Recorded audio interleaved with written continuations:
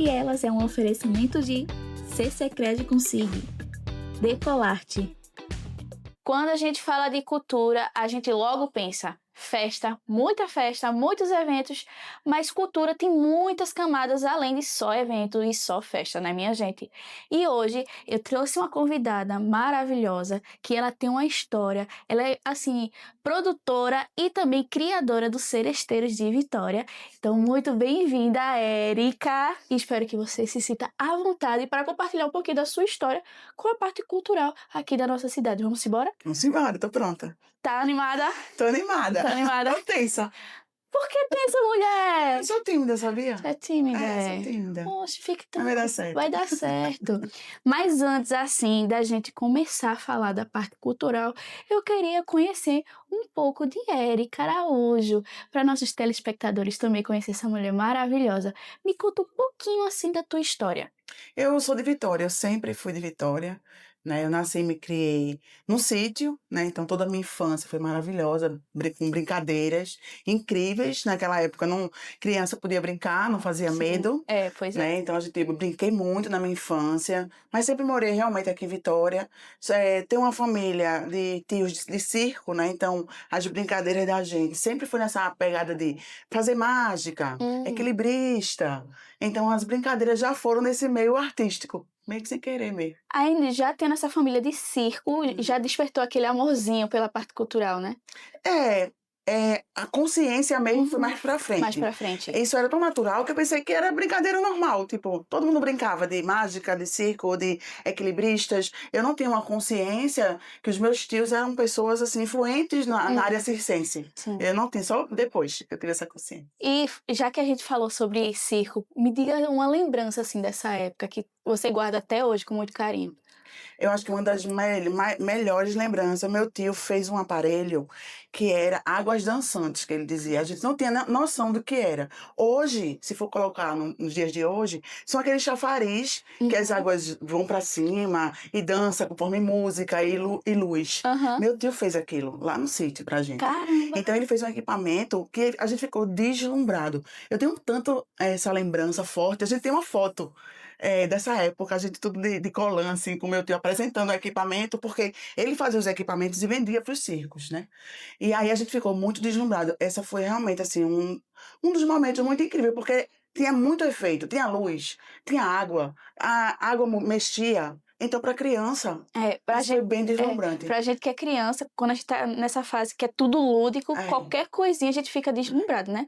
Hoje em dia, o que muitas crianças ficaram deslumbradas é com aquela trend da água com temperinho e a lanterna, não é mesmo? Pronto, você vê. São efeitos que mexem com os sentidos.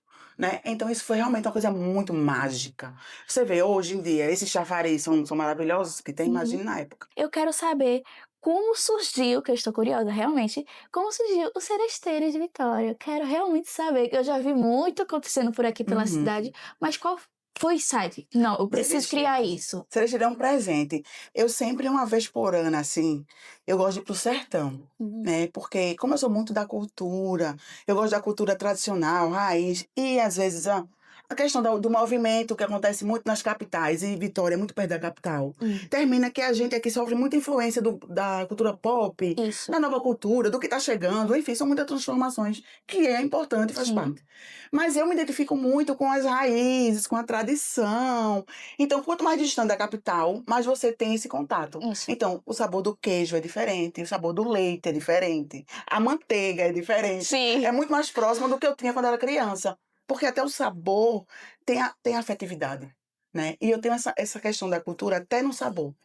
Então, sempre eu vou pro sertão para descansar, para ver o Rio São Francisco, para comer e ter lembrar da minha infância, enfim. Um desses dias estava acontecendo o grande encontro, que é a serenata da recordação, que é de Santa Maria da Boa Vista, que é próximo de Petrolina. E disseram, vai ter a serenata hoje. Eu disse, uma serenata. E as pessoas já estavam na rua ensaiando. Aqueles homens de chapéu. Aí eu parecia que eu estava em outro planeta. Isso foi em 2018. 2018. Estou em outro planeta. Disse, eu vou ficar. Fui procurar hospedagem, não tinha mais, tudo lotado. E eu chorava em cima de uma pousada. Pelo amor de Deus, qualquer quarto, eu fico esperando e não sei o quê. Eu sei que de última hora encontraram um quarto, a gente ficou lá. Pra poder eu participar à noite desse negócio que eu nunca tinha visto. E se o ensaio já era uma coisa que me encantou, imagina à noite, onde a cidade estava toda iluminada, a rua estava toda preparada para receber os seresteiros daquela região, que se encontram uma vez por ano para cantar, enfim. Aí tem vários artistas nacionais que vão. E eu fiquei deslumbrada, disse, isso tem que acontecer pro lado de lá. Como é que isso está acontecendo no sertão? Tem que acontecer no Agreste, na Mata. Então eu voltei com essa coisa, promover a serenata, a seresta, o patrimônio musical da seresta, na Zona da Mata e no Agreste. Mas onde e como fazer isso? Né? Aí uma das vezes eu estava escrevendo o Natal de Gravatá, porque eu sou roteirista do Natal de Gravatá, e a gente ia falar sobre o nascimento de Jesus, sempre o nascimento de Jesus, mas eu tenho uma metáfora por trás. E a gente ia falar sobre as fases da Lua. E a Lua pede seresta, pede romance, pede não sei o quê. Eu disse, ó, vamos montar um grupo de seresteiros para o espetáculo de Natal. Um grupo folclórico nesse sentido, né? E quem sabe isso funciona. Isso já era um pezinho para começar um projeto. E aí as pessoas envolvidas foram gostando, a cidade gostou. Aí o prefeito fazia, ó, vai ter um encontro no povo, chama os seresteiros para fazer um desfile. E aí, isso foi ficando na cidade. Outras pessoas foram vendo, outras cidades chamando. Aí eu fui para Quipapá, a gente fez uma oficina, montou os seresteiros. E Vitória nada. Vitória nada, porque parece que é assim, santo de casa, como eu já vinha de muita lapada, que tudo que eu inventava aqui dava errado, eu disse, vou fazer foda, né? Fazer fora. Aí e as pessoas daqui começaram, faz em Vitória, faz em Vitória, faz em Vitória. Minha mãe ficou doente, e aí ficou boa depois, e na semana do aniversário dela ela ficou boa. Vamos fazer o aniversário dela com o tema dos seresteiros, então. Já que as amigas dela querem, e ela queria muito, vamos fazer temático. Com algumas amigas, comprei, eu lembro, 30 chapéu, 20 chapéu. Vamos chamar as amigas, vamos fazer aqui o seresteiro na minha casa. Menina, de 20, foram 60 pessoas. E uma agonia, e todo mundo cantando. E agora tem que ter de novo. E nunca mais parou. Nunca mais. Hoje são 400 e tantas. Nunca mais eu tive sossego com esse seresteiro. Que até quando o povo me chama agora pra falar assim, Érica do seresteiro, perdi até a identidade. Mas Tão grande que ficou, mas foi muito dessa bom. forma. De 2018, agora 2025, né? Eu acho muito bonito, porque aqui em Vitória, a gente sabe que a cidade é muito complicada para fazer movimentos culturais, que poderiam sim ser mais abordados, poderiam ter muito mais eventos, ter muito movimentos, mas infelizmente a gente sabe que a cidade também não valoriza os pequenos, porque a gente pode até usar de exemplo São João. Quando coloca artista da terra, quando coloca quadrilha, quando coloca qualquer coisa, dá ninguém. Josia. Dá ninguém. Mas no Instagram tem tanto comentário, as pessoas não tem que colocar coisa cultural, não tem que... Mas não Quando tem coloca, as jeito. pessoas não vão, né? Agora coloca um artista. É porque a gente se acostumou a essa. E aí, o evento público, essa festividade também das cidades, se acostumou com a cultura de evento e não com o evento cultural. Então, o Seresteiros é um evento cultural. A quadrilha, o São João tradicional é um evento cultural, que ele tem símbolo, ele traz afetividade, ele traz uma sensação diferente. A minha mãe diz assim: quando eu vou pro Seresteiro, parece que eu tô mais jovem de 30 anos. Ela bota a roupa e parece que muda a pele, muda tudo, porque fica iluminado. O evento cultural, ele faz isso. Então, a quadrilha faz isso, dançar um São João, forró, a lembrança que a gente tem faz isso. Até brincar o carnaval, né? Não é como hoje, assim, de todo jeito, aquela bagunça, enfim. Não que carnaval nunca foi bagunça, carnaval sempre foi bagunça, sempre foi bebedeira, sempre foi isso.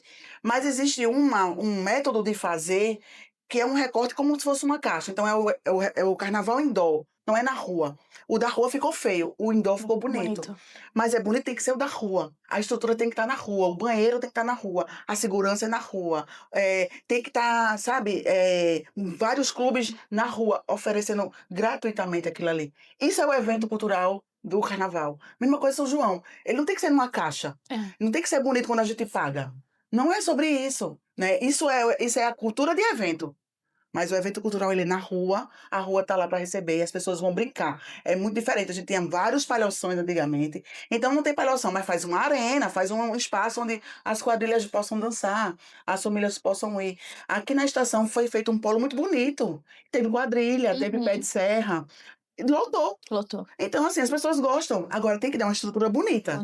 Se dá qualquer estrutura, não vai ser a mesma coisa, né? E também compatível ao tamanho, porque é claro que se colocar um trio pé de serra que ninguém conhece num no pátio do tamanho do nosso, que é imenso, não vai lotar. E principalmente os horários que coloca, que é para abrir festa. Aí não tem ninguém lá, né? Coloca Mas, 5 horas da tarde. pois é, mas se uma quadrilha, colocar dentro de um contexto que vai ter a feirinha, que vai ter quadrilha e que vai ter pé de serra, vai lotar. Né? E o Seresteiro está aí para fazer isso. Às vezes que a gente fez, ou quando a gente vai ser chamado para outras cidades, não somos conhecidos, somos pessoas comuns, assim, músicos comuns, né? Mas parece que a gente é famoso, sabe? Quando chega, mas é o impacto da festa. Não somos nós. Não é sobre os músicos, é o impacto do que aquela alegria está causando. As músicas, a lembrança, né? A gente botou uma estética preto e branco, tem um chapéu. E aí tudo isso agrega num evento cultural, né? Que vai criando símbolo, vai criando valor. É sobre isso. Pra você, qual é essa sensação? Eu me sinto quase que realizada, porque quando eu vislumbrei em 2018 a sensação da festa, que eu vejo que como as pessoas se sentem quando vão pro Seresteiro, é como eu me senti a primeira vez que eu vi, né? Aquela coisa assim, que é isso, gente? Que coisa linda. Então, e queria promover isso no Agreste e na Mata Pernambucana, é o que está acontecendo. Então, a gente já ajudou a fazer os seresteiros de Limoeiro, de Quipapá, de Camaragibe. Esses locais já tinham seresteiros, mas estavam assim, sem tocar, estavam sem estar na mídia, estavam sem ter protagonismo. Os seresteiros chegam e soma, né? Traz para a evidência de novo, traz esse protagonismo desses cantores, violeiros, essas cantorias, essas vozes antigas que hoje em dia as pessoas não querem mais nos eventos. Né? Principalmente o público idoso, vamos dizer assim. E foi uma outra questão que foi impactante. Mas o que as pessoas não sabem é que isso não foi consciente, né? O que eu queria de fato era promover, aquele evento, mas eu não pensei que seria impactante. Na verdade, o Seresteiro virou um fenômeno, porque ele só tem 1 ano. Ele só tem 1 ano, ele tá novinho. E eu tô impactada ainda. As pessoas acham que eu pensei que era assim, fiz um planejamento. Não fiz, não, foi acontecendo. E ele foi acontecendo grande. Como eu falei, o primeiro aqui de Vitória foi no aniversário da minha mãe. O segundo foi em junho, o terceiro em julho e nunca mais parou. Todo mês tem. Aí não foi só mais em Vitória, começou a ir para outras cidades. Aí é Vitória e outras cidades. E ainda estou sofrendo impacto disso. Eu ainda estou assim, o que está acontecendo, né? Porque é um fenômeno. É um fenômeno. Mas não foi planejado. Era um desejo de esse tipo de evento ser realizado aqui. Ok, de promover. Então, de repente, poderia ser algo assim que eu fizesse uma vez por ano, né? Mas todo mês, nessa multidão que está acompanhando os seresteiros, não. Isso eu não posso dizer que eu esperava aqui, não. E eu acho tão bonitinho a roupa, a cor. Isso também surgiu ali, foi você que foi. Eu queria uma cor, né? Porque eu acho que a estética é importante para quando você quer fazer um movimento. Um movimento, de certa forma, é uma revolução. Sim. Toda revolução ela tem uma cor também, já tem a música, mas a cor é importante, né? Quando a gente fez os seresteiros lá em Gravatá, Wanderson pensou e botou eles de branco com a blusa dentro preta. Eu gostei tanto daquele preto e branco, eu gostei. Vamos testar o azul com branco também. Vamos colocar vermelho com branco também. A gente saiu testando, mas o preto com branco foi assim. Foi o achado mesmo. Nossa. Aí ficou o preto e branco e o chapeuzinho. E ninguém tira. Ninguém tira. E todo mundo só vai de chapéu e de preto e branco. Isso você já reconhece de longe, porque quando você vê alguém assim, seresteiro. Estão indo pra lá agora. No movimento que eu fui em 2018, eles usavam branco. Todos estavam de branco. E os homens estavam com uma gravatinha vermelha. Mas todo mundo de branco, assim. Aí depois eu já vi vídeos, entre foi eles todos de preto. Aí já vi outros, eles todos de vinho. Né? Mas preto e branco ninguém tem, só a gente. Só a gente. Ficou a marca de você. Ficou a marca da gente, foi. E já que a gente tá falando de estética e tudo mais, vou aproveitar e falar pra vocês desse cenário maravilhoso, nesse tom de verde que a Decolarte arrasou. Decolarte é nosso parceiro que todo episódio vai fazer uma coisa diferente e dessa vez não. Tirou muita... Super elegante. Super elegante. Deixou o ambiente super confortável, mas deu aquele ar de elegância, né? Porque esses vasos aqui, esses quadros... Gente, ficou totalmente perfeito. E pra você aí que não conhece ainda a Decolarte, clica aqui, tá vendo esse QR Code que tá aparecendo na tela? Já coloca a câmera do teu celular, segue bastante, porque tem pra todo ano, viu? Tem pra Páscoa também, tem pra sua casa e tá chegando o Natal, minha gente. Natal já tá gritando, batendo na porta. E se você quer deixar sua casa ainda mais elegante e bonita para o Natal, já fala com a Decolarte, né? E vamos para a próxima perguntinha, que a gente já emenda o merchan. Durante a enchente que marcou Vitória de Santo Antão, você criou a boneca Vitória para ajudar famílias afetadas. Eu queria, na verdade, fazer um souvenir, alguma coisa, que eu pudesse vender algum produto para ajudar a arrecadar fundos e comprar brinquedo, alimentos para levar para as famílias que estavam ainda alojadas por conta da cheia. Essa cheia, ela afetou muita gente. Ela foi uma coisa terrível, trágica mesmo, assim. Eu tenho uma lembrança que eu vi perto ali onde tem um pátio de eventos hoje. Sei. Ali tem um ônibus com água quase na janela. Você vê o tamanho da destruição que foi. Então, muitas famílias ficaram por muito tempo na Cagepe, que era feito um alojamento lá no final do Maués. Uhum. E eu ia sempre por lá, que eu ajudava as famílias lá, e eu disse, poxa, eu queria fazer. Eu não tinha dinheiro para estar. Eu queria inventar alguma coisa que eu vendesse, tivesse fundos e levasse coisas para ajudar lá, né? E eu fui procurar as pessoas do artesanato de Vitória para pensar isso. Eu disse, o que, que eu poderia fazer? Aí, uma das minhas viagens, eu gostava muito de viajar para as cidades vizinhas, e eu ia no artesanato. Uhum. E uma dessas vezes, eu vi uma boneca num canto escanteada, acho que era uma boneca de garrafa PET, mas ela estava jogada. E eu peguei a boneca e disse, e se fosse uma boneca que eu fizesse lá para Vitória, né? E aí eu trouxe a ideia para os artesãos daqui. E eu falei, ó, tem que ser boneca Vitória, ela tem que levar as cores da cidade, Uhum. né? Tem que ter o alfabeto em libras. Tinha em todas as áreas que eu estava perpassando na época, eu queria embutir na boneca Vitória. E aí foi um sucesso, assim. Na época, Aham. chamou muita atenção. Que é isso? E para que essa boneca? Quem é essa pessoa? Né? Praticamente no meio cultural, eu fiquei mais conhecida na cidade por conta desse projeto, que foi uma coisa voluntária mesmo, Voluntária. orgânico mesmo. Sem intuito nenhum, Sem só intuito assim, nenhum, só fez. queria ajudar Uhum. as famílias. Eu também não sabia que ia ser uma boneca, mas depois tive um insight em uma das viagens que eu fiz, e aí eu levei para o artesanato daqui de Vitória, que eles tinham um grupo artesãos das Tabocas, e as bonequeiras ficaram, ai, que interessante, uma boneca Vitória com as cores de Vitória, vamos fazer. Aí pronto, fizemos e lançamos. Eu tinha 6 anos na época, só que eu me lembro que foi uma chuva, assim, incontrolável. Pontes caíram, minha avó mora no sítio, então, assim, a gente sabe como a parte rural fica afetada com as chuvas. Uhum. Então, eu lembro muito bem que, após a enchente, acho que dias após, a gente teve que pegar todo um novo percurso, entrar pelo dentro dos matos, porque não tinha mais pista Nossa, mais pista. pra gente passar, porque a pista tinha caído devido à enchente. Lá próximo à Sadia, mais ou menos, a ponte que caiu. Então, assim, se vocês quiserem saber mais, tem muita coisa no YouTube, tá? Tem muita história envolvendo a nossa cidade, principalmente dessa parte da enchente, que, graças a Deus, os anos passaram e não houve mais nenhuma enchente como aquela, mas que ficou marcada para sempre na nossa história. Agora, uma parte mais assim, voltada para tua família também. O que teus pais deixaram para você até hoje? Eu acho que eu tive pais. Meu pai morreu faz 20 anos, ele morreu rápido, ele morreu quando ele tinha menos de 51 anos quando ele morreu, né? Então, Novo. ele morreu muito jovem. Mas ele e minha mãe e minha mãe ainda continuou com o legado, porque ela ainda está viva. Uhum. Mas eu acho que o meu pai foi a primeira feminista da minha vida.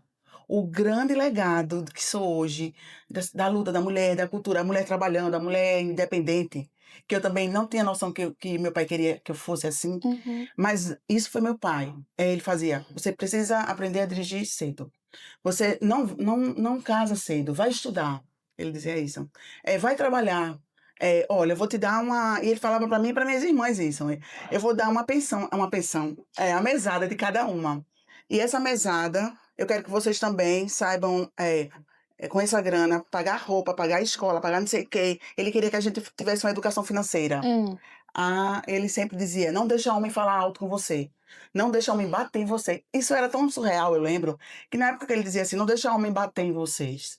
Eu dizia assim, isso é impossível, porque eu não via violência lá em casa. A referência que eu tinha de casamento, ou de marido e mulher, era deles. E lá em casa a gente nunca viu eles brigando. Minha mãe dizia que eles brigavam no quarto, escondido, mas a gente não escutava nada, né? Mas assim, eu não via violência na minha casa. Então, quando ele falava isso, eu achava tão absurdo. Como assim, homem? Homem bater em Não. mulher? Não vai acontecer. Você vai morar na sua casa. Porque se ele bater, ele sai da sua casa. Então, meu pai deixou esse legado, assim, dessa independência, de ter essa cabeça, para sempre não se deixar ser dependente ou se deixar levar, sabe? Sempre lutar pelas coisas que quer. Ele foi muito assim, encorajador. E minha mãe também. Então, minha mãe fazia: mãe, eu quero fazer isso, mãe, vamos fazer. Mãe, meus amigos não sabem ler. Eu queria uma escola, vamos montar. Porque não era brincar de escola, era fazer uma escola. Aí eu dizia: tem que ter cartilha, tem que ter papel, tem que ter lápis, tem que ter o lanche, tem que ter não sei o quê. E isso ela fazia. Eu ia lá e montava a escola. Então, eles encorajavam a gente nas coisas que eu e minhas irmãs queriam fazer. E acho que isso é tão importante, tão importante. Eu lembro também um fato nessa época ainda, e eu tinha as coisas da escola, Uhum. aí eu sempre achava ruim, assim, pelo fato do meu pai dizer: sejam independentes, façam assim. Eu dizia: eu não queria ficar pedindo material da escola à minha mãe, não. Eu queria vender alguma coisa, ó. Eu queria vender alguma coisa, então eu vou vender confeito. Eu quero ter um fiteiro para vender confeito, porque o dinheiro dos confeitos eu vou comprar material para minha escola. Então sempre foi assim, e eles sempre estimulavam. Eles sempre estimularam a gente. Aí buscar, e buscar, e buscar. E isso é muito importante, porque eu acho que nos dias atuais é muito difícil os pais também apoiarem as decisões dos filhos, mesmo sabendo que É. é algo que é interessante, seja para a carreira, seja para o pessoal mesmo. Uhum. Mas, infelizmente, os pais não apoiam os filhos como em algumas famílias, né? É, Porque também antigamente era muito complicado. é, Principalmente um homem é. chegar e falar: não, você é mulher, mas você pode Pode fazer sim, as coisas. pode fazer as coisas, porque antigamente a gente sabe que o machismo, É, hoje em dia ainda é muito complicado, é, muito difícil. Tanto é. a gente vê aí a taxa de feminicídio, que só tem Muito uma alto. grande crescente, Isso, e ver que o teu pai já. Não, vou ensinar desde sempre que isso. homem aqui não levanta a mão pra filha minha, não, sabe? Isso é muito E importante, foi viu? bem chocante ouvir isso dele, porque, como eu falei, era uma questão que eu não entendia sobre violência. E Uhum. ele já entendia o que era homem. É. Né? E a vovó lhe emancipar, e você vai ter uma empresa cedo e vai fazer isso. Então, eram questões que eu nunca. Hoje eu vejo que ele foi o meu primeiro feminista, assim. Uhum. Né? Eu acho que, na verdade, ele não foi um feminista, eu acho que ele foi um homem consciente. Um homem Que é o consciente. que falta hoje, né? Ele não foi aquele homem que tem que ser bruto e duro. Não, ele foi um homem feminino que se preocupa com a mulher e com a estabilidade da mulher em todo sentido. Então, ele dava conselhos emocionais e financeiros, né? E a gente pensa só que o homem só pode ser aquele que é duro, não pode ser sensível. Meu pai era extremamente sensível, né? Ele dava esses conselhos pra gente. Ele era um homem, ele era sensível. Então, não é nem que ele era feminista, acho que eu vou até corrigir. Uhum. Acho que é como um homem mesmo. E isso, na nossa cultura, é muito talhado, É. né? Infelizmente. E já que a gente entrou nesse assunto, qual diferença gritante que você observa dessa época que teu pai deu esse conselho, sendo um homem sensato, É. para os dias atuais?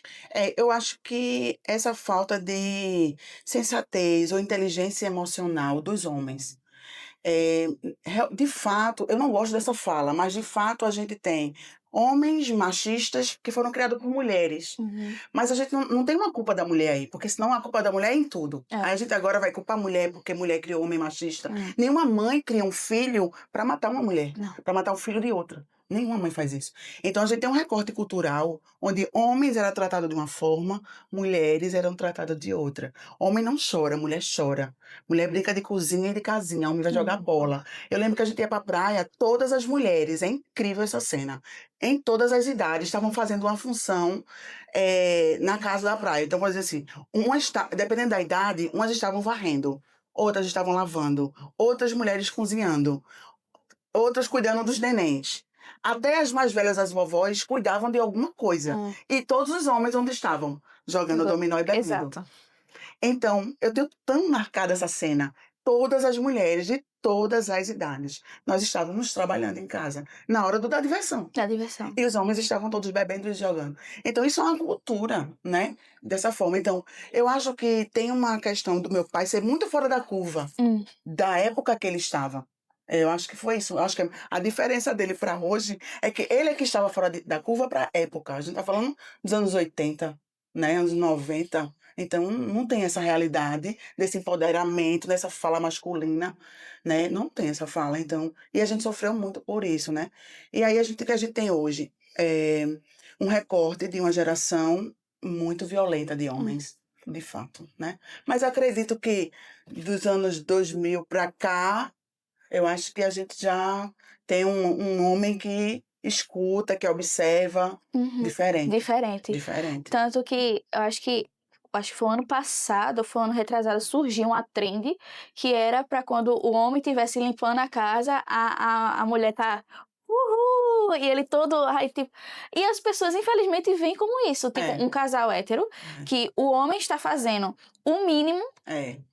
Ele tem que ser, não, enaltecido. Meu Deus, ele varreu a casa hoje. Meu Deus, ajudou a mulher dentro de casa. Só que não é os dois que moram dentro da casa.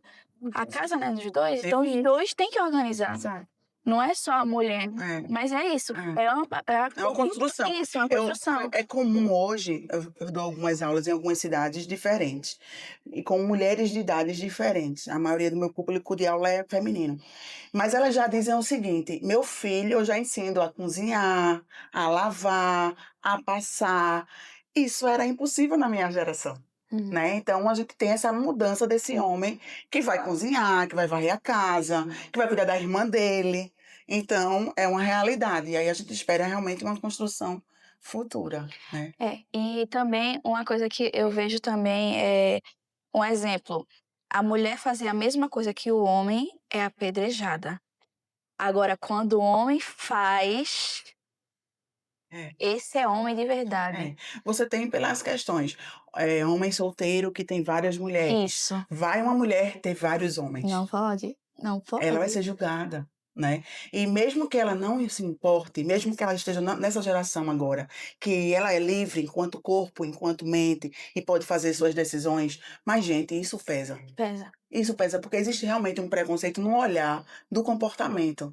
E isso, por mais desconstruída que ela seja, vai trazer dores emocionais desnecessárias. Né? A gente não tem mais um comportamento feminino como a gente tinha antes. Existe um comportamento de liberdade de pensamento, de expressão e de usar o corpo. E também a questão da sexualidade. Porque isso foi tudo tão talhado para uma geração que hoje não cabe mais isso. Né? Mas ainda assim, há muito julgamento. De mulher beber, de mulher fumar, de mulher ter vários parceiros, de uma mulher solteira. Ai, sempre vai ter. E o homem é mais protegido. Aí a mulher que fala errado, o homem que fala errado é popular. A mulher que fala errado é burra.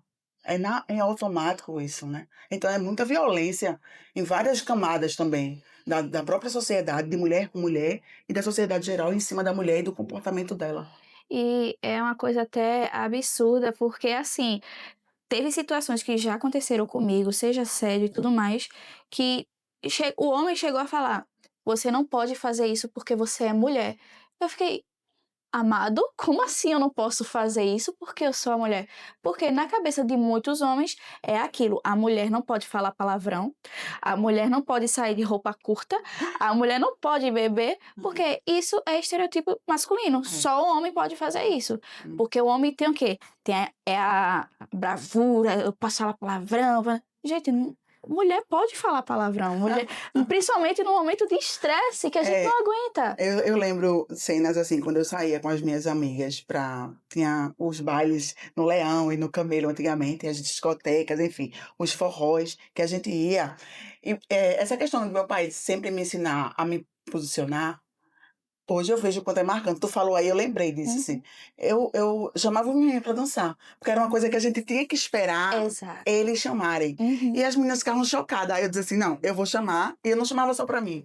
Eu dizia, depois que você dançar comigo, você tem que dançar com a minha prima, com a minha amiga. Aí eu chamava os amigos dele pra dançar com as minhas amigas. Eu tô lembrando disso agora. Que eu ia lá e chamava os meninos pra dançar. Tomava a iniciativa. Eu chamava eles pra dançar, numa época que era eles que tinham que chamar. E também pedi vários namorados em namoro. Mesmo nessa época, eu chegava pros meninos e pedia os meninos em namoro, o que é surreal, né? É surreal. Mas assim, como eu tô falando, pra mim era um comportamento natural, não era consciente. Não era uma coisa assim, eu vou olhar porque eu sou mulher, vou pedir namoro, não. Eu ia e pedia porque eu queria namorar com ele. E eu ficava ansiosa, eu não esperava que ele viesse. E vai que ele não viesse, então eu vou logo. Eu pedia eles em namoro, eu chamava eles pra dançar. Mas foi muito também por conta dessa liberdade de que meu pai falava assim, vai e faz, né? Vai e faz as coisas. Acho que foi disso. Mas aí tu falou, eu lembrei, assim. E eu não esperava que se tinha julgamento, mas algumas vezes tinha mesmo. Mas você é mulher, você não pode chamar ninguém pra dançar. Então não vem tu. Eu falo, sabe, é tão fácil. Ah, não quer não? Então, você próximo. Quer? Eu chamava o amigo. Certíssima, Eu não me certíssima. abalava, eu lembro disso, assim, não me abalava, não me abalava. Eu acho que depois foi que ficou difícil. Quando eu comecei a identificar a violência, ficou difícil, porque eu fui trabalhar no ambiente da política, e o ambiente da política ele é muito complicado. Eu acho que em qualquer ambiente, na verdade. Eu falo da política porque é o recorte que eu tenho. E eu tive muito assédio emocional, sexual, psicológico desse lugar, porque tinham muitos homens. Eram muito mais homens, eram muito mais assessores homens, eram muito mais lideranças políticas. Todos eram homens mesmo, né? E aí, quando eu me deparei com essa violência, aí foi difícil.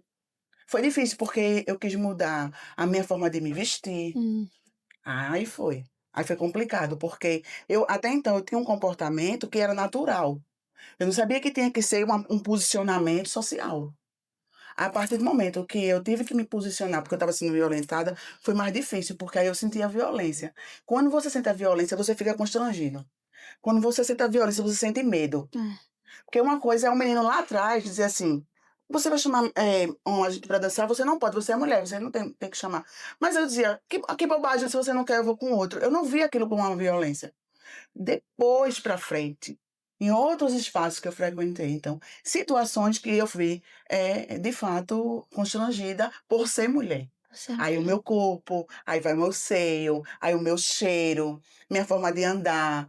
Então tudo isso era puxado e tinha ali um espaço para uma invasão de Uhum. privacidade, né. Aí eu comecei a usar roupas diferentes, mudei a forma a minha performance mudou completamente, viu. É, e nessa Mudou. parte eu até me identifico um pouco, porque eu não trabalhei tão dentro da política, mas eu já trabalhei com políticos, então assim, homens, É. e gera um desconforto gritante por ser nova, por estar fazendo o meu trabalho, realmente eu só estava querendo fazer o meu trabalho apenas, mas eu escutava piadinhas, eu escutava, tá esperando fulaninho passar aí junto, como se eu não fosse a pessoa que está trabalhando, mas a menina novinha de tal É. pessoa, de tal figura política, entendeu? E isso me gerou muito desconforto. Passei pouco tempo, mas é aquilo, a política para a mulher não é só difícil estar dentro, até para você que está querendo entender mais sobre a política, você fica receosa, Fi porque a gente sabe que a mulher desde sempre lutou para conseguir um mínimo que foi o direito do voto. Uhum, Já começamos uhum. É. complicando por aí. Uhum. Mas quando a gente vai saber um pouco mais da política, aqui no Brasil, é muito complicado. E eu acho que a gente que é mais de interior, os políticos daqui são com a cabeça muito mais fechada, muito mais machista, É. e vê as mulheres como um troféuzinho.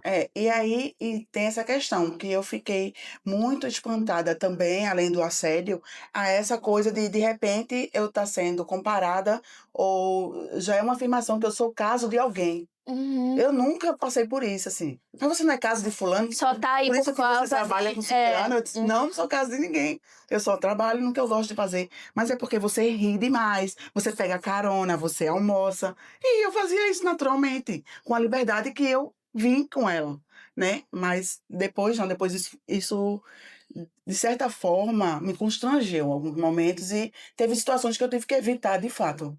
De fato, até dizer que eu não gostava de homem, eu já Uhum. disse. Teve uma vez que tu ficou, nossa, tô me sentindo muito ingênua com isso daqui, com essa situação. Porque eu pensei que seria de uma forma, mas eu fui tão ingênua que. Rapaz, nesse caso mesmo da boneca Vitória, eu fui assediada nesse dia, foi meu primeiro assédio. Foi meu primeiro assédio. Eu fiquei chocada Meu Deus. como isso chegou nesse tamanho, sabe, assim. Eu eu não entendi. Eu não entendi inicialmente, depois eu comecei a tremer, é muito estranho, porque é essa invasão que os homens Hum. fazem na sua vida, dentro de um lugar de festa, onde eu estava apresentando um projeto. Naquele dia era uma festa importante socialmente, tinha políticos e empresários da cidade, porque eu fui convidada a apresentar no Instituto Histórico. Eu não conhecia ninguém, só fui convidada porque ouviram falar do projeto. Eu não conhecia ninguém ali. E eu cheguei para apresentar um projeto, então eu estava assim, num céu. Né, as pessoas comprando, eu estava muito feliz nesse dia. Nesse dia eu tive a primeira saída moral ali, assim, foi bem estranho, eu me tremi inteira. Que É a horrível. gente não entende. Não, A gente só vem entender não, depois. depois que É, passou, assim, caramba, é. foi isso mesmo que aconteceu Foi isso mesmo que comigo. aconteceu? Porque até então você ainda diz assim, será que eu não vi coisa? Será que... Tô pensando, é coisa da minha cabeça Eu acho isso. que não Acho que foi não, fulano não mas teria foi essa sim. capacidade. Tem. Mas foi sim, tem sim. E depois isso só se confirmou pra frente, porque aí, a partir da Boneca Vitória, me chamaram pra trabalhar na prefeitura, que é um espaço político, né? E eu também não sabia o que era trabalhar. E aí foi quando eu conheci mais pessoas e eu sofri muito mais assédio, assim. Espaços que tem, eu acho que também grandes empresas, indústrias, que vai estar lá um aglomerado de muita gente, ou normalmente é masculino o ambiente, você vai passar por situações assim. Não é exclusivo da política. Foi exclusivo para mim. Sim. Que aí eu tive um estranhamento, de fato. Depois de tudo isso, toda a tua trajetória, o que hoje ainda deixa tu inquieta? Eu acho que na verdade, o que me deixa inquieta e que me faz continuar com esse movimento, termina que a gente tem várias frentes, que atua em várias frentes. Eu acho que é a questão da injustiça social, sabe? O preconceito, a violência, essa mentalidade muito fechada ainda. Por causa dessas questões que eu vejo a estatística, é diferente você ver um número na internet. Tem tanto percentual de mulheres violentadas, de mulheres de estupros. O número é frio, mas eu conheço a estatística de perto. Tem nome, eu conheço a cor do cabelo, a cor da pele, a classe social, que independe também, né? Então, nas minhas andanças, eu já conheci todo mundo. Por causa disso, eu digo assim, não dá para parar, sabe? Não dá para dizer assim, chega, tá bom, já fiz minha parte. A minha inquietação é a injustiça que continua. Não é possível, a gente está em 2026, né? A gente ainda está querendo se meter nas opções da vida do outro, de escolha de religião, sabe? De sexualidade, o cabelo, a roupa. Não é possível. E aí a gente tem a instância pública hoje, que é o meu grande grito, para usar. Não é possível que se... Porque a função do poder público é trazer a ordem social, não é trazer desordem. O que me inquieta é que o poder público, ao invés dele ser esse grande causador da paz, ele está fazendo a guerra entre nós. Ele está nos dividindo, porque a gente não está sabendo escolher os parlamentares e termina que fica uma guerra civil aqui. A pauta é como a religião se comporta. A pauta é como sexualmente uma mulher faz suas opções, ou o homem também. Isso não é pauta. Não é sobre isso, sabe? Tem várias outras questões para a gente discutir e ficam pegando essas bandeiras que é do âmbito privado para colocar nesse ambiente tão importante que é o ambiente público. Então, enquanto tiver ainda, eu conhecendo essa estatística, né? Como eu falei, a cor, o nome, isso ainda me deixa inquieta para continuar. Não, eu não tenho paz não, viu? Não dá paz não. É uma inquietação mesmo. Porque realmente é um assunto muito delicado. Porque uma coisa é realmente a gente ver números na internet, passar reportagem na televisão, mas aquilo passou na televisão, passou. Porque as pessoas acham que o fato de estar acontecendo todo dia, milhares de mulheres sofrendo, a gente não pode ficar quieta. A gente não tem que ficar quieta, a gente tem que só abaixar nossas orelhinhas e seguir em frente. Mas não, minha gente, pelo amor de Deus, quanto mais a gente abordar esse assunto, mais esse assunto vai ficar conhecido. Não falando desse quesito, mas falando de uma história de uma criança que eu vi esses dias e me comoveu muito. Que uma criança de 11 anos, uma menina, ela não sofreu abuso e tudo mais, mas uma menininha de 11 anos com tantos sonhos, ela cometeu suicídio porque ela sofria bullying na escola.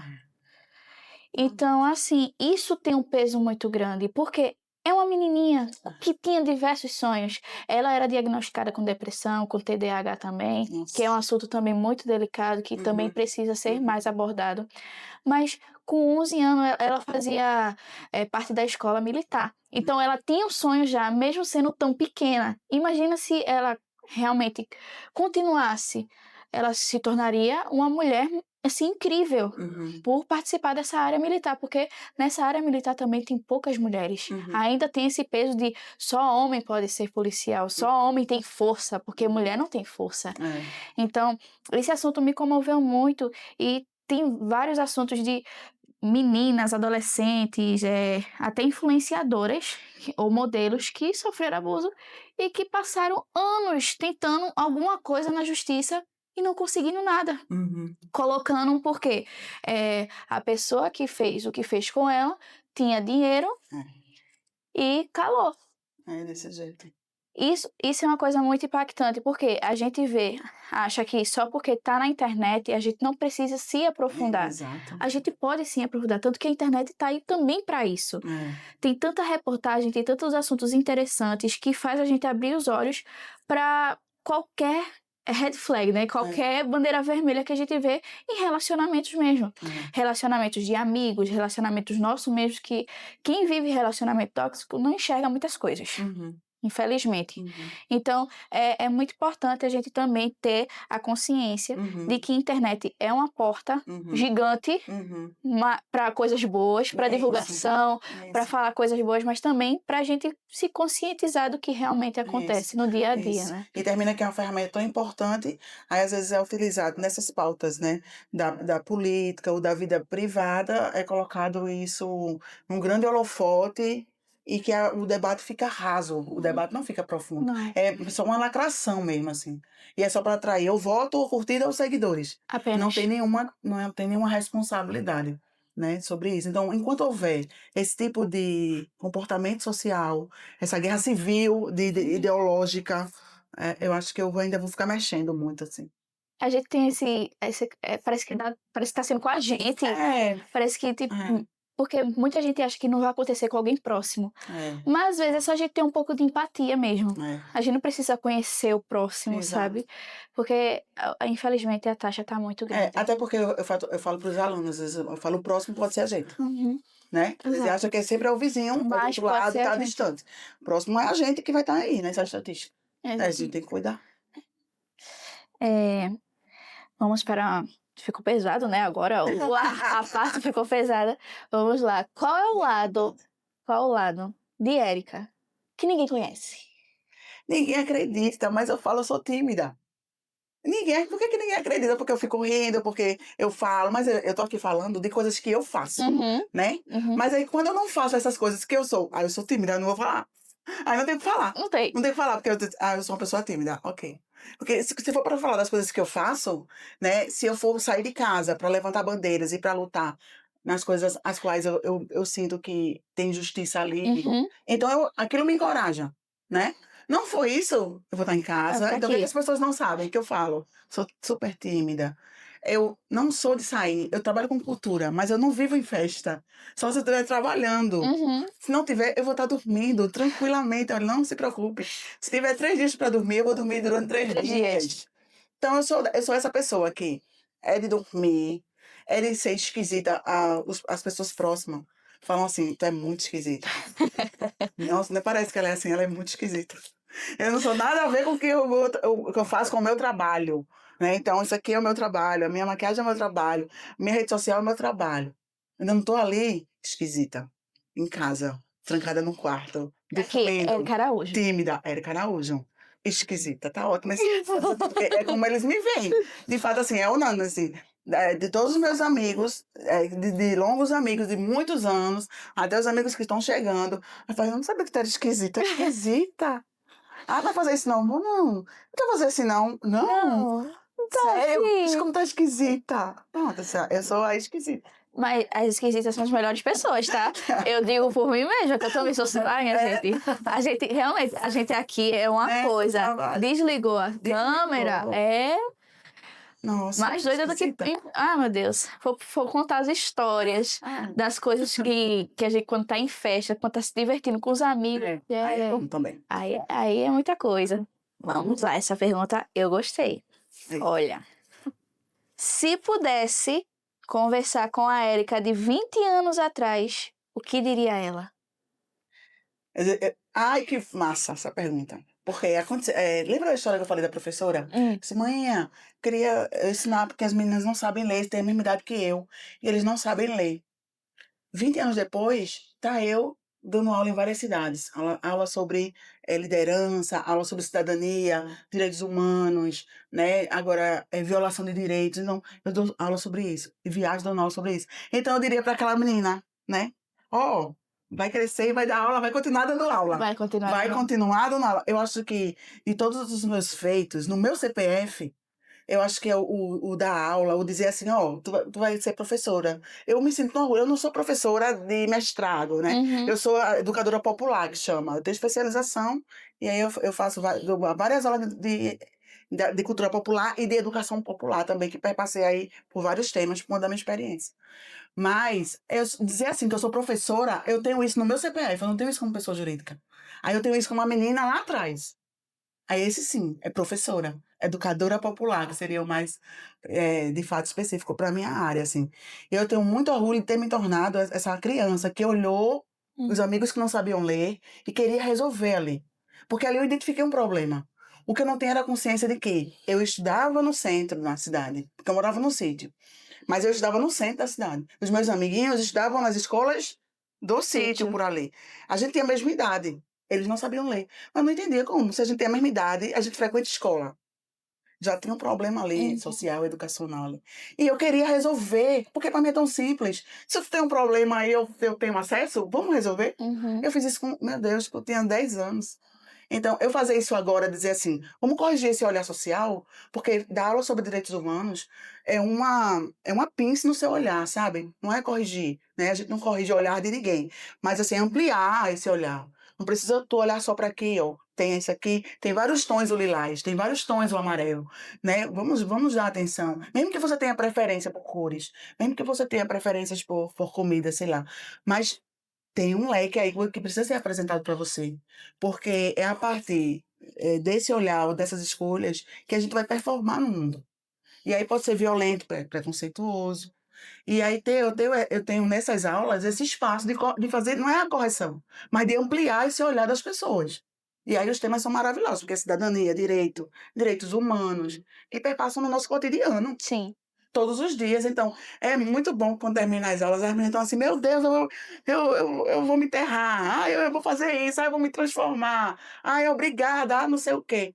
Que esclareceu. Eu até digo assim, conhecereis a verdade e a verdade vos libertará. Esse versículo é tão incrível, ele é bíblico. Uhum. Jesus falou isso, mas é porque a verdade é isso. A verdade não vai chocar ninguém. Ela só vai te orientar, de fato. Mesmo que você tenha a sua escolha, mas a verdade é a verdade e ponto, né? A verdade não é um olhar, Não. existe uma questão, existem vários olhares, né? Mas é conhecer isso e a partir desse lugar, né, você pode tomar decisões. E eu tenho na sala de aula com os alunos esse espaço, então de muito orgulho, 20 anos depois, né, tá eu na sala de aula fazendo o que eu fazia lá atrás. É a única função que é CPF, que ali é coração, viu? É eu com 6 anos, 7 anos igual. Não tem diferença. E aí eu posso pegar uma sala com 1 trilhão de pessoas. Eu sou tímida. Me dê aí 1 milhão, não interessa quem tá. E é massa porque minhas aulas são quem tem doutorado, quem tem mestrando, quem tem graduado, analfabeta, tudo junto. Tem menina com 18, tem uma mulher com 50, tem outra com 70, tem uma professora. Tem professores que dizem assim, vou assistir tua aula, não vou sair de jeito nenhum. Então, independente da idade, o discurso tá ali. Uhum. E alcança todo mundo. É uma realização. É o CPF dando aula. E É um CPF. já que você falou dessa toda a sua trajetória e essa parte também educacional, tu tem essa noção de que tua história inspira muita gente? Ou tu, tipo, rapaz, não? Eu só vou, né? E Uhum. o que eu acho que inspira, que aí é feito hoje, assim. Hoje foi um dia difícil de estar aqui, de fazer as coisas. Você tem que falar assim, mas não é você. É um espaço que você tem para falar sobre coisas, Uhum. né? Então, a sua vida tem que ser pautada por motivos. Porque se for só o meu e eu sou esquisita, eu vou ficar em casa. Eu não sou mais pra nada. Então, se a gente não tem propósito, não tem missão, não tem sentido em viver, vai ser aquilo. Agora, tudo bem que você tenha um percentual da sua vida para ser esquisita, porque você precisa descansar. É a pausa, vamos dizer assim. Bota em pausa e fica ali, te recompõe, é de boa.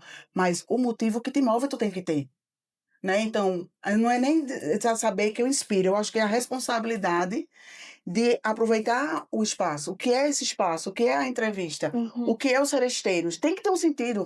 As pessoas foram para cantar. Hoje é espaço para tirar da depressão. As pessoas, muitas pararam de tomar remédio de ansiedade. Síndrome do pânico. Tem gente que não ia nem na calçada colocar o lixo. Olha a responsabilidade do seresteiro que se Uhum. tornou. Então, se você faz algo que não traz sentido e valor para a vida de É. ninguém, não faz nem sentido você estar ali. né? Então, como minha vida foi pautada nisso, né? E isso foi uma construção, como eu já falei para você lá de trás, termina que eu tenho essa responsabilidade, é mais do que eu ter uma noção de inspiração, mas eu trago como uma responsabilidade. Eu tenho que fazer, vamos fazer assim, vai dar certo, vai dar errado, tem problema, Tem o meu problema. problema não tem errado. Eu não tenho medo de perder, não tenho medo de dar errado, isso também é massa, assim. Eu vou, vai dar errado, não tem... mas não é sobre perder, é sobre continuar, é sobre saber perder. Aí quem mais sabe perder sou eu, vou perder a vida inteira. É sobre ressignificar as coisas, né? Claro. Porque eu acho que quando a gente já passou por tanta coisa na vida, tantas perdas, tantas dores, a gente aprender a ressignificar essas dores faz a vida ter sentido. Porque se a gente fica só naquilo ali, deu errado, a vida para. Não é sobre ganhar, é sobre saber perder. Isso. É entender o que vai te fazer mexer é o que tu perdeu. É o fracasso. É o Porque vai fracasso. fazer você melhorar, vai fazer você continuar. É o Exatamente. fracasso, não é a vitória. Por A quê? vitória, pelo menos, para alguns, vai até estacionar. Porque a gente sabe que o humano foi ensinado a valorizar as coisas depois que perde. A gente só entende as coisas depois que a gente se frustra. Porque se a vida fosse assim, um morango docinho, se a vida fosse um morango docinho, realmente seria assim. Eu acho que nem seria tão maravilhosa como é. Pois é. Porque ia ser tudo fácil. Pois é. E a vida não é fácil. Pois é. A vida tem que ser difícil pra gente entender o que a vida é de fato, né? Porque a vida tem muitas camadas, tem muitas diretrizes, mas a vida é isso. É perder e é ganhar. Exato, perder e ganhar. Se você sabe perder, você não tem limite. O céu... Só perder, não tem limite. Não tem. Não tem. Vá-se embora. O conselho que eu daria é, vá-se embora e aprenda a perder. Pronto. Não tem limite. Era essa... A minha pergunta seria, qual conselho você dá para os jovens de hoje? Não se importa com isso. Vai, faz o que tá no coração, faz o que tá sentindo. Mas eu senti tudo isso e deu errado. Foi. Vai de novo. Vai de novo e vai. E engraçado que a própria vida vai calibrando. É ajuste de rota, de fato. Em relacionamento é assim, em trabalho foi assim. Eu sofri tanto hoje para fazer o que eu passei 15 anos trabalhando no que eu não gostava. Me formei primeiro no que eu não gostava, por conta de família, por conta de financeiro. E hoje aí, ó. E o que é 15 anos fazendo o que não gosta? Sabe quantas noites e quantos dias são? Porque pega um ano que tem 365 dias. Aí vai fazer 365 dias, coisas que tu não gosta. E multiplica por 15. Pra ver como o dia fica bonito. Hoje tudo tá maravilhoso. O que é uma TPM, gente? O que é uma TPM? O que é isso? Uma TPM é uma maquiagem aqui, ó, de quero. Os brilhos. Os brilhos, tira de letra. Tira de letra. O que é isso, gente? Ai, nossa, meu Deus. Cadê meus papéis? Eita, meu papel voou. Pera. Vou botar mais uma pergunta, porque as perguntas foram com Deus, minha gente. A gente se empolgou bastante. Caramba! Deixa eu ver aqui. Foram com Deus, vai, ó. Foram com Deus as perguntas.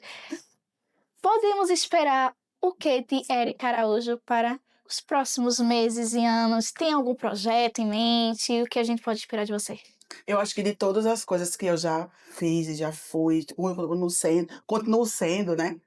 Tem uma meta, assim, de ocupar, de fato, um espaço na política. Por quê? Porque de todos esses lugares que eu já fui, eu vi que decisões da política poderiam mudar a história de muita gente. Então, decisões lá atrás poderiam ter mudado a minha turminha que eu dava aula, que não sabiam ler. Aquilo era uma educação ruim que eles tinham no sítio, né? E a gente está em 2026. E a gente sabe que a zona rural, como eu morava em sítio, era a zona rural. A zona rural ainda ela é muito precária em relação aos serviços públicos, né? Então, não só a zona rural, como a periferia, como o urbano. Então, a gente tem muitas brechas ainda na sociedade, e problemas, e preconceito, e violência, por decisões políticas. É lá, sabe? Então, se tiver alguma coisa para ainda fazer ou ainda alcançar, eu já me sinto na política, todo mundo está na política, mas é um espaço de poder, é um espaço que decide orçamento para a política pública. Eu adoraria ocupar esse espaço, me sinto extremamente preparada para isso, por conta do olhar e por conta da minha trajetória, e porque estudei também, né? Mas é isso, assim, se tiver uma coisa que ainda eu queira alcançar, e esse não depende de mim, esse depende de cenários, depende, inclusive, da própria política. Exatamente. Que estão tomando, né, para alcançar. Mas também, em não conseguindo, seria ótimo. Tem uma frase de Darcy Ribeiro que a menina falou pra mim. Em uma dessas campanhas que eu fiz, ela falou que eu tava super triste, né? E ela falou assim, Érica, tem uma frase da Darcy Ribeiro maravilhosa, que ele diz assim, Darcy Ribeiro foi um dos maiores educadores e políticos do Brasil. E ele diz, eu queria mudar todas as universidades, estruturar as universidades brasileiras. Eu queria acabar o analfabetismo. Eu queria não sei o quê, não sei o quê, não sei o quê, não sei o quê. Mas eu não consegui fazer nada. Mas eu detestaria estar no lugar de quem ganhou. Então, essa é a maior lição. E ele foi um dos maiores educadores e políticos, e tem livros, enfim, foi uma pessoa que ocupou o seu espaço. Onde ele, civilmente falando ali, ele ocupa aquele espaço. Então, também não é sobre, em não ocupando esse lugar, que também depende de outras questões, eu vou me sentir fracassada, sabe? Eu ia detestar estar lá, no lugar dessas pessoas que ganham e são vendidas, sabe? Tem aquele espaço ali negociado, né? Então, eu não ia gostar de estar ali, tendo meu mandato, tendo que negociar ele o tempo inteiro. Ou pertencer a outra pessoa e não a mim. Eu estar ali só como uma laranja. Eu não ia gostar. Então, é melhor também, não tem problema se não ocupar. E o que a gente pode esperar dos próximos seresteiros? É. Porque vai evoluindo, É. né? Seresteiros, eu acho que a gente agora vai também ampliar. Principalmente, eu acho que em Vitória, nos bairros. Porque é uma clama que as pessoas querem. Normalmente, ele acontece muito no centro. Sim. Até porque a causa da logística, iluminação, o asfalto. Então, eu vou levar ele, às vezes, para um bairro onde não tem nem o lugar onde as pessoas andarem. A maioria são idosas. Tem cadeirantes. Tem pessoas com deficiência e visão baixa. Então, eu tenho uma dificuldade de levar para qualquer bairro populoso. Porque, às vezes, não tem nem calçada. O asfalto tá todo cheio de buraco. Vai causar um acidente. Tranquilamente. Aí é por isso que ele acontece muito hoje no centro. Na Matriz, na estação, que é maravilhoso, né? Mas a gente quer ampliar ele para os bairros, que é uma clama das pessoas, de muitas idosas que não podem ir para o centro. E elas queriam muito que a gente fosse lá. Mas isso vai acontecer, se Deus quiser. Deus vai andando com um caixa de som assim, e a gente vai levando. Porque, querendo, não precisa de um investimento também, né? É. Não é assim, Isso. vamos fazer hoje. Vamos fazer Não. com todo um custo. É. E esse custo é 99% financiado por elas. A gente rateia a cota e a gente se financia ali e vai. E tem empresário, e tem políticos que querem também colaborar. A gente diz assim, é todo mundo. Então, todas as cores, todos os políticos já foram brincar lá. Digo, gente, o Seresteiro é um brinquedo popular. Ele não é um brinquedo pra gente politizar. Todo mundo pode vir, quem quiser ajudar, quem quiser brincar. Portas abertas para todo mundo.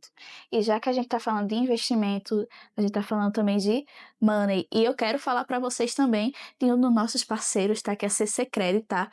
Para você que tá precisando fazer aquele empréstimo, seja consignado. Minha gente, é muito simples. Câmera aqui para esse QR Code, você já segue, pede todas as informações necessárias para facilitar a sua vida também, de uma maneira fácil e prática, tá, meu amor? Porque dinheiro sempre é bom, não é mesmo? Sempre é bom. Agora vamos começar a brincadeirinha, o bate-bola. Tá preparada? Não. Defina os seresteiros em uma palavra. Eita, minha gente. Cri. Felicidade. Felicidade. Gostei, felicidade. Mas por que felicidade? Por conta desse espírito que elas ficam, que move, que quero ir, que se arruma, e que brilha, e que é a alma, e que não sei o quê. É felicidade a palavra. Felicidade. Até os músicos ganham uma euforia. Um medo. Tenho medo do amor. Do amor. Eu tenho medo do amor. Tenho medo do amor, é isso. Tu tem medo do amor ou tu tem medo de amar? Eu tenho medo de tudo que perpassa no amor. Aí das delícias, né, e as dores, sabe? A cegueira que o amor traz, né? O despertar. Eu tenho medo de tudo, porque eu tenho medo de tudo que o amor traz. Eu tenho medo do amor, viu? Porque ele bota você num estágio muito legal de coisas positivas e negativas. Érica Araújo na política. Aguerrida. Mas vão ter que me engolir, viu? Que eu não vou desistir, não. Acho que é E eu acho que esse bate-bola eu acho que a entrevista em si foi muito maravilhosa, foi muito interessante conhecer a tua trajetória, falar um pouco para as pessoas quem é Erika Araújo, essa parte cultural, essa parte da política, os movimentos que você está trazendo para cá, para Vitória, que realmente está sendo muito importante. Como eu te disse, né, aqui em Vitória é muito pacato para esse negócio de evento, a gente sabe, desde sempre, quando a gente vai fazer negócio, movimento cultural, é sempre, parece que tem 10 mil empecilhos para acontecer, né? Então, muito, muito obrigado. O Entre Elas agradece muito pela tua participação e o que você tem a dizer sobre essa entrevista maravilhosa para o Entre Elas. Me sinto super bem, super à vontade. E eu acho que sempre é bom a gente trazer coisas boas para a sociedade, né? Que orgulho ter um espaço como esse, onde a gente pode dividir um pouquinho da nossa vida. Não tem tudo, né? Mas poder falar um pouquinho sobre nosso trabalho, nossa trajetória, trazer coisas positivas para as pessoas. Eu adorei esse espaço. E para você aí, fiquem ligadinhos, porque isso daqui é apenas o começo. Mais um episódio finalizado com sucesso do Entre Elas.